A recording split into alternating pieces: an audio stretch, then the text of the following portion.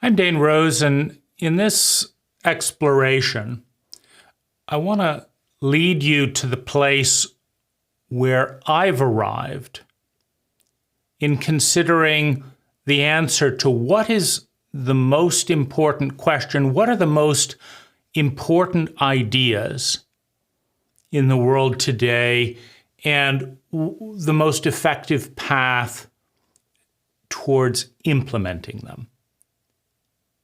So perhaps the place to start is the intelligence continuum. And to illustrate that, I would say that the dumbest person in the world, whether it's us or somebody else, spends vast amounts of energy, time, money, and natural resources to make things chronically worse, and is too dumb to understand the connection between the energy that they're expending and the increased and unnecessary suffering that energy is producing.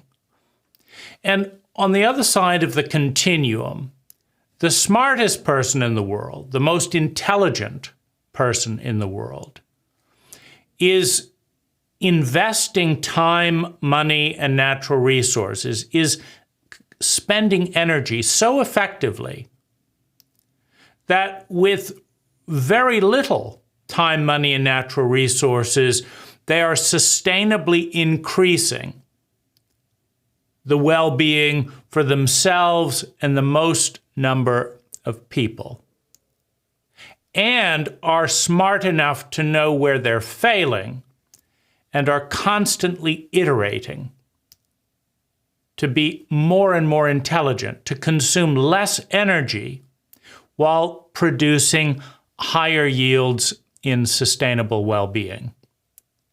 So now we have a framework of intelligence, an infinite continuum, and a goal.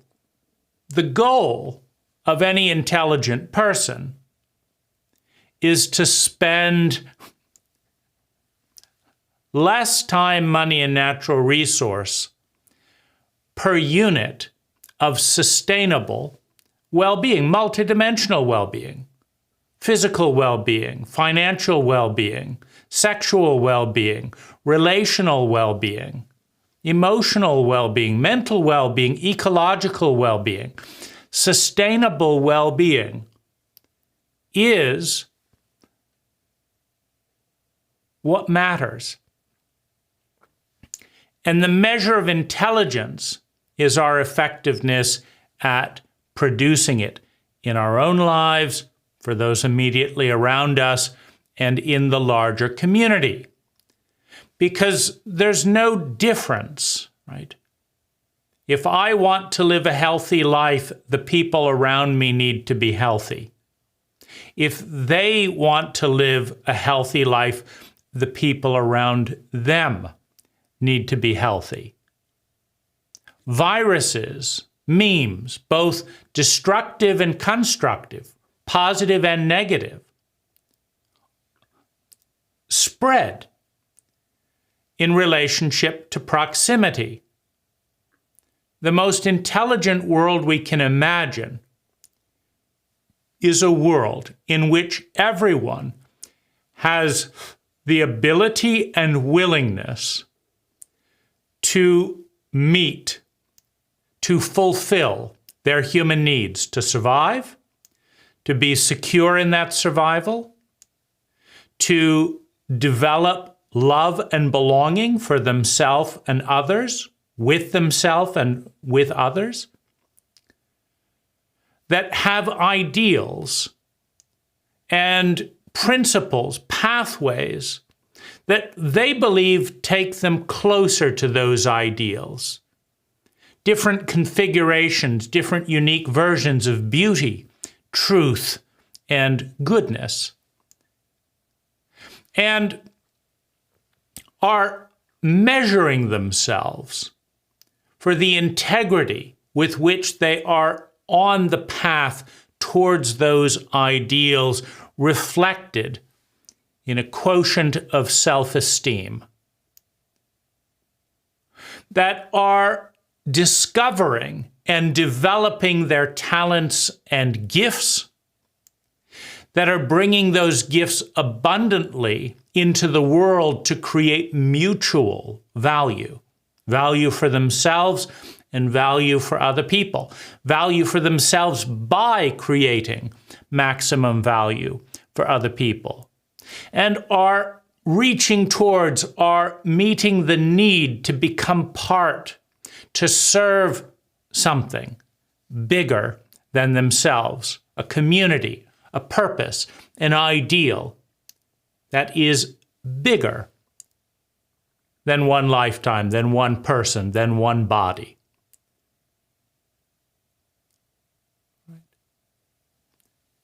The optimum world is a world in which everyone has the willingness and ability to meet their human needs.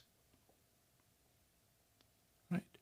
Everyone wins when everyone wins. And obviously, it requires more intelligence, more competency to meet our own needs than not to meet our needs. To know how to meet our needs than not to know how to meet our needs. To know what our needs are rather than not to know. And it requires more competency still to embody the ability to meet our own needs in such a way that inspires those around us, that facilitates those around us to meet their needs, rather than a win-lose dynamic, an either-or dynamic, a viral dynamic, where me succeeding increases the odds of the people around me independently growing stronger, succeeding at meeting their needs as well. So the question then becomes, what are the paths? What are the technologies? Right? All technologies are patterns of facilitating that aim, sustainable well-being while consuming less energy. Language, emotions, psychology, cars, planes, computers, codes, televisions, ideas are all technology. They're patterns of energy that, when utilized with intention to fulfill our human needs, to propel us towards our goal of sustainable well-being while consuming less energy, are effective, pan out. So the intelligent goal of every individual is to identify the technology, the thoughts, the feelings, the attitudes, the beliefs, the phones, the software, the knowledge, the protocols, the best practices that will deliver the highest yield in sustainable well-being for themselves and others, the fastest, sustainably. The single most important talent that an individual has and can have is the ability to evaluate technology. Choice is a technology. Decisions are a technology. To evaluate the technology that will propel an individual forward sustainably towards more and more well-being on more and more dimensions in a way that spreads outwards, in a way that bubbles up and overflows and inspires others Because when you're part of a powerful network, when you're part of an abundant network, when you're part of a competent and intelligent network, the synergies that are available to you are vastly bigger, more empowering, more valuable than when you're part of a network of losers, people who are ignorant, people who have the wrong idea about how to get to the wrong destination. Wrong relative to our innate drive to create and disseminate sustainable well-being. The right path is the path that leads most elegantly towards sustainable well-being for ourselves, those around us, those around them, those around them, etc. The wrong path is the long path towards chronic and unnecessary suffering. So it's about the science.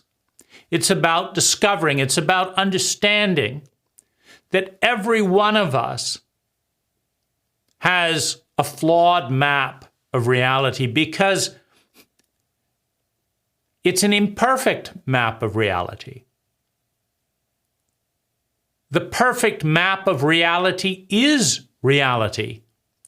And reality is too big to be grasped in language. There isn't enough time for the words to keep up to the complexity and nuance of what is, which means that every single person has an innately flawed map of reality. That if evolving, if progressing, is getting a little bit better, a little bit less flawed every single day. And if deteriorating is getting worse, is losing resolution, is losing cohesion, is getting off course. A flawed map of reality tells us to go north when we need to go south. It's worse than no map. And so, the most important thing for any individual at any moment in time, in the future, in the past, and alive today, the most important resource, the most important question is, how do I evaluate within the various technologies of ideas, of thoughts, of feelings available to me, which ones will lead me sustainably forward in a way that will ripple out, that doesn't hit a brick wall, right? Cocaine hits a brick wall. You take a little bit of cocaine, you feel good. You take a little bit more, you feel better. Take more, take more, take more, but it takes more and more energy, more and more money, more and more time for less and less yield, right? Artificial fertilizers are like cocaine. You can slowly strip out the biodiversity of the soil by injecting more and more ammonia, right? More and more synthetic fertilizers without the organic matter, until eventually the soil blows away. You can cut down more and more trees, more and more efficiently, until the temperature volatility gets too great. You have massive influxes of high-speed wind. The land becomes uninhabitable. There's floods and there's droughts, and there isn't the buffer that the forest canopy provides. The skill we all need to master is determining what is the best path, what is the right path. And the right path is always the path that yields the most amount of sustainable well-being for ourselves and others, for ourselves and our ecology, per unit of time, money, and natural resources, per unit of energy. That's always the right path, and it's never perfect. There's always a better path. It's called evolution. We need to discover it. We need to create it. And so you could evaluate, you could assess the intelligence of a cult, of a culture. There have been 10,000 cults, 10,000 cultures, each with their own map of reality, each with their own language, their own technology, their own strengths and weaknesses, their own belief systems. There have been 10,000 different gods and goddesses, all described in different ways. Different clothing, different traditions. And a cult or culture indoctrinates its young in its memes, in its technology. 95% of all cultures are dead, will continue to die out in favor of new cultures, new patterns of thinking, feeling, speaking, doing, and being, new identities. There's a 95% chance that 10,000 years from now, everything we do, say, feel, think, and our way of being will be radically changed or will be extinct based on history. And what will be there is a more efficient path to sustainable well-being, or nothing, right?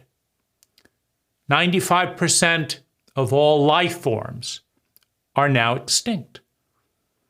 At one point, they helped energy migrate from this pattern of energy to this pattern of energy. But then it was consumed and migrated to this pattern of energy. And then it was iterated into this pattern of energy. It's called growth. It's called intelligence. If we look at the journey of energy in form over the last 20 or so billion years, we see that life is becoming more complex. We see that life is becoming more intelligent. We see that life is becoming bigger. We see that life is lasting longer, that space and time have been continually expanding, and that within that space and time, the relationships between life and life are becoming more and more complex, and in some ways easier and easier. Right? A cell phone is more complex than a letter, and it's easier to dial a number than to carry a letter by horse or by plane, right? A cell phone is more complex and it's easier to talk to someone across the world. It's harder to make the complexity, but once it's successfully made, a plane is more efficient than a boat. A cell phone is more efficient than a letter. A jet engine is more efficient than a propeller. a spaceship is more efficient in some metrics than a plane. Complexity takes collaboration, takes technology, takes synergy, but delivers ease, delivers efficiency. It's higher on the intelligence continuum. So, where do we go from here? The question that's forefront in my mind is, what is the least amount of energy imaginable that could translate to the highest amount of sustainable well-being imaginable? What is the most efficient protocol or pattern of raising the quality and quantity of sustainable well-being for you, for me, for those around us, for our ecology, for our community, for our company, for our species?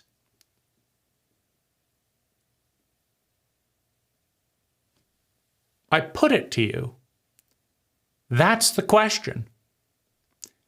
What is the most potent way that you can invest energy to yield the highest volume of sustainable well-being for yourself and other people? What is the answer? Now, my answer, having asked this question as a discipline 30 days in a row, for 30 days, for 30 minutes, I explored that question. How could I have the most positive impact on the most people with the least amount of energy, with 30 minutes a day, with $30, right? With a little bit of space, time, money, and natural resources? How could I touch other people? Well, out of that question, if I'm going to pursue that path, delete taxes on the energy, on the money, designated to that path, could I efficiently start a nonprofit so that money spent in that direction would not be subject to tax? Right? The answer was yes. Right? One can start a small nonprofit and self-fund it very efficiently. Done. The next question is, where do you go? Like, how does one contribute? How does one influence oneself and other people in such a way that releases the huge untapped resources of sustainable well-being in our probability field that is not being seen, that is not being seized, that is not being captured, right? And it seems to me self-evident that all of us could experience vastly more physical, emotional, mental, sexual, and financial well-being than we're experiencing today, with less energy, less time, money, and natural resources than we're spending, right? It's arrogant to assume otherwise. It's arrogant to assume that 1 billion years from now, this is the best that will ever be done on any planet in the universe. a 1,000-fold increase or 1,000%, a tenfold increase in sustainable well-being is well within our grasp. And we all want it. And the question is, so why don't we have it? Why don't you have 10 times more sustainable well-being in your life than you have? Why don't I? And I would say that the answer is simple. I lack certainty. I lack confidence. I lack imagination. I lack experience in the thoughts, in the feelings, in the beliefs, in the choices, in the attitudes, in the presence, in the way of embodying, in the purchasing that could create such an intelligent reality. I don't understand how looking at something this way versus the way I've always looked at it before, how walking like this rather than the way that I've always walked before, buying like this rather than the way I've always spent money before, talking like this rather than the way I'm talking today. I don't understand. I don't have the experience or confidence. I don't see the connection between that new way of thinking, feeling, speaking, doing, and being, that new identity, and the reality that it can create. I don't see it clearly. I don't have role models. So it seems like all of us would like a better reality, a more intelligent reality, a reality with more sustainable well-being, and lack certainty on how to get there. Now, some of us think we know, maybe if I would just do jogging, but I don't know how to want to go jogging. I don't want to go jogging. But I think if I could just go jogging, I would be healthier. I think I know, but I don't know how to influence myself. Maybe I don't really believe. Maybe I think I'll feel worse for a week, and right now what I really need is to do everything possible to minimize the pain I'm already in today. So even though I think jogging is a good idea, sitting down in front of the TV and vegging out feels better and reduces the screams in my head right now. Short-term gratification, long-term price, right? So I'm not confident, right? And I'm not sure when this discomfort from going out on my first run is going to end. Maybe I'll feel worse. I'll try it and I'll give up, right? I don't know how to get there. So if we just had a little bit more certainty that investing our money in this way, that getting this health plan, that reading this extra chapter in this book, that watching this documentary, that going on a jog, that eating this food and not this food, if we just had a little bit more certainty that someone like us would feel substantially better physically, emotionally, mentally by making this choice. If we knew what that choice was likely to be, then more of us would make that choice from a place of confidence, of certainty, based on data. And why don't we trust the data?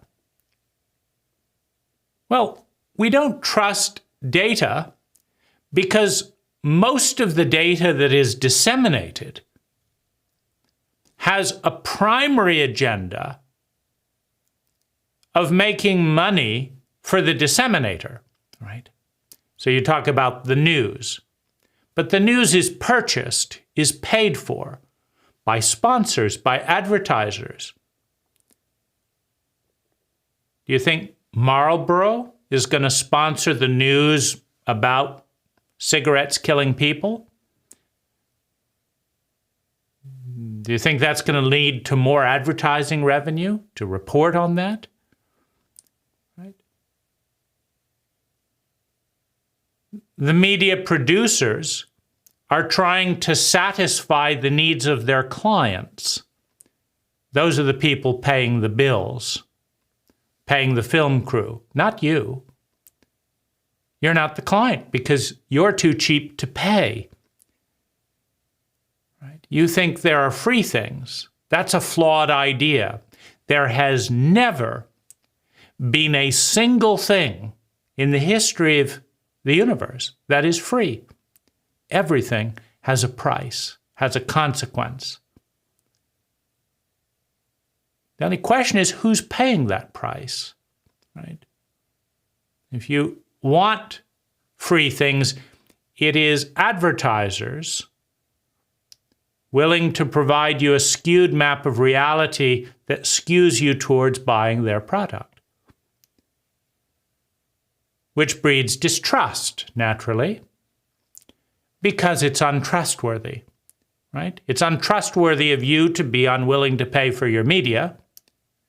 This is the cost to produce a media. I don't want to pay it. Well, that's not competent. I want to watch it. I don't want to pay for it. That's not competent. And then the media company is not going to get ahead by saying that we're going to sell truth to the highest bidder, meaning whoever pays us the most money is going to get to skew the narrative. So that's concealed. And the advertiser isn't going to come out and pay money to say, we're going to lie to you for the next 2 minutes, and we're going to pay $10 million to do so, because this lie will generate more money for us if you believe it, right? So there's incompetence on all sides. There's stupidity on all sides. Pay for the media you consume from competent sources. Be willing to pay whatever the price is to get clear data that is going to influence your map of reality. And the question then is, where is that going to come from, right? It's not going to come from media paid by advertisers. It's not going to come from advertisers. It's not going to come from governments who are purchased by corporate interests who elect governments. Right? We'll help you get elected as long as you pass legislation, as long as you go easy on us, right? So where's it going to come from? And that's the question that I reflected on. How to generate better, more useful data that was trustworthy, that could lead to better decisions. And that's how the focus of Happiness Data, the nonprofit that I formed, moved towards app technology. Remember, we're trying to have the most impact with the least amount of energy.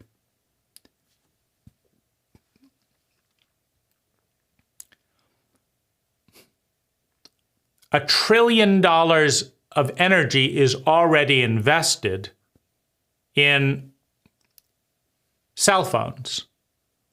And another trillion or more is already invested in the software to make delivering messages easy onto those cell phones. And those cell phones are held in more than 1 billion people's hands around the world, which means that messages that shape the pattern of thinking, feeling, speaking, doing, and being, can reach billions of people in seconds for pennies. So that's a path, that's an opportunity to change the most important technology on the planet today, identity. What's an identity? It's a pattern. A pattern of what? Of thinking, feeling, speaking, doing, and being. And information, trustworthy information, trusted information, can change our pattern of thinking, feeling, speaking, doing, and being. Information, energy, in patterns, in language, visual language, audio language, mathematical language, from a trustworthy source that we believe influences, changes our identity, statistically. Now, what's the most important information that can possibly be conveyed through a device?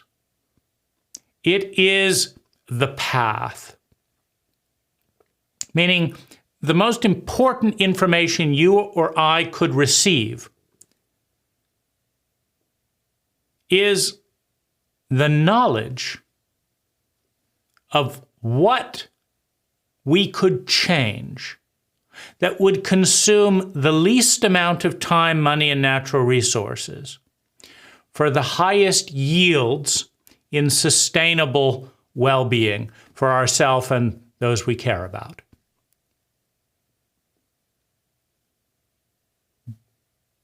There's nothing more valuable than that knowledge. And in many cases, there is not a single person on the planet, including ourselves, that has that information. Meaning, if you and I knew with certainty that eating this and not eating that would yield a 10% increase in sustainable well-being for ourselves and those around us, would reduce our irritability, reduce our weight, reduce our exhaustion, increase our patience. We knew that with certainty. We looked at how much do I care about eating that? Not much. We would change it, but we don't have that data. Why? Because nobody's gathering the data and nobody's sharing the data. Why? Because in a capitalist paradigm, it's not clear that doing so is profitable. Certainly not profitable for the food producer of the item we stop eating. So who's going to pay for that, right? And so looking at the question how to benefit the most people with the least amount of energy, first of all, diverges at times, needs to diverge at times from the question, how can I make the most money right now by doing the things that people will pay me for right now? It's a different question.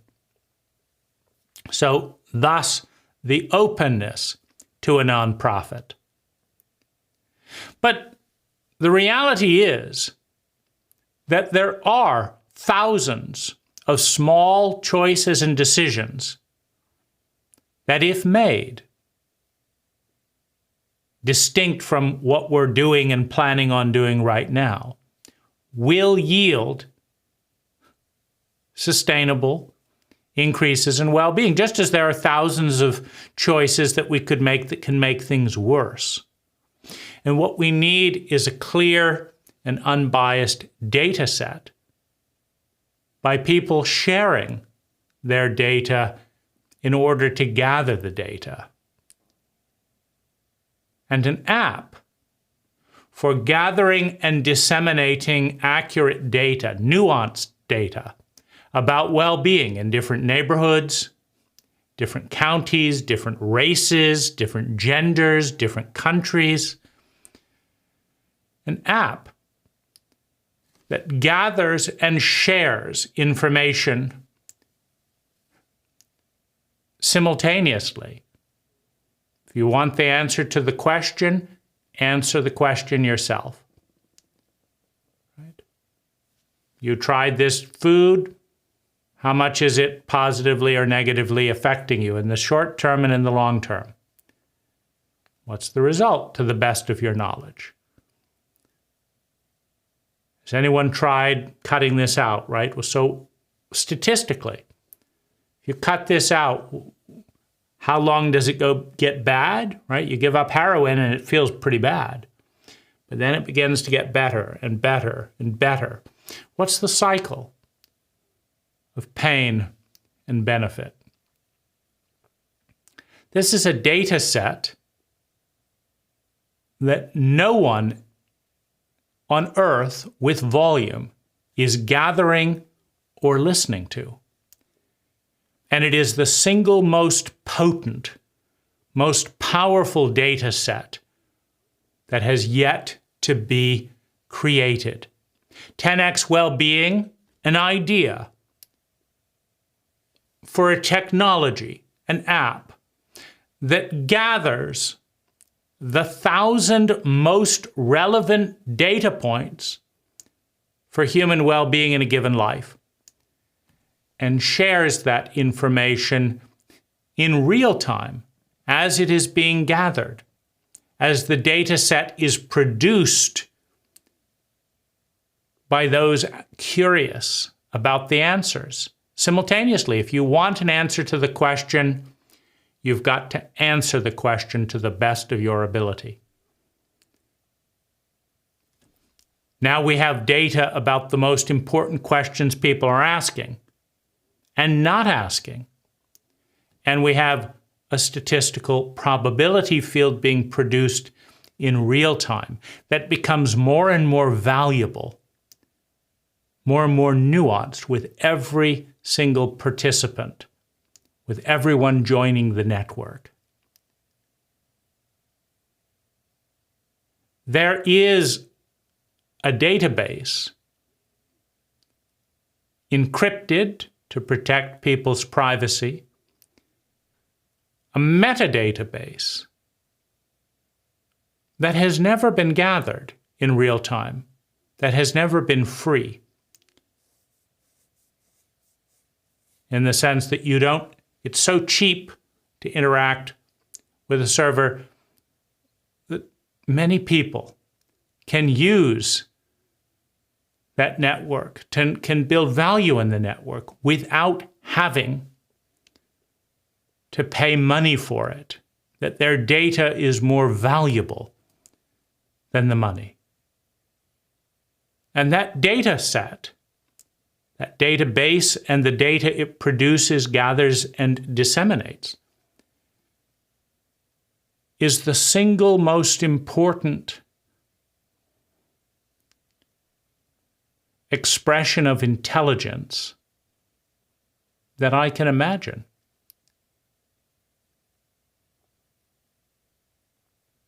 So we're exploring that. We're building that at Happiness Data.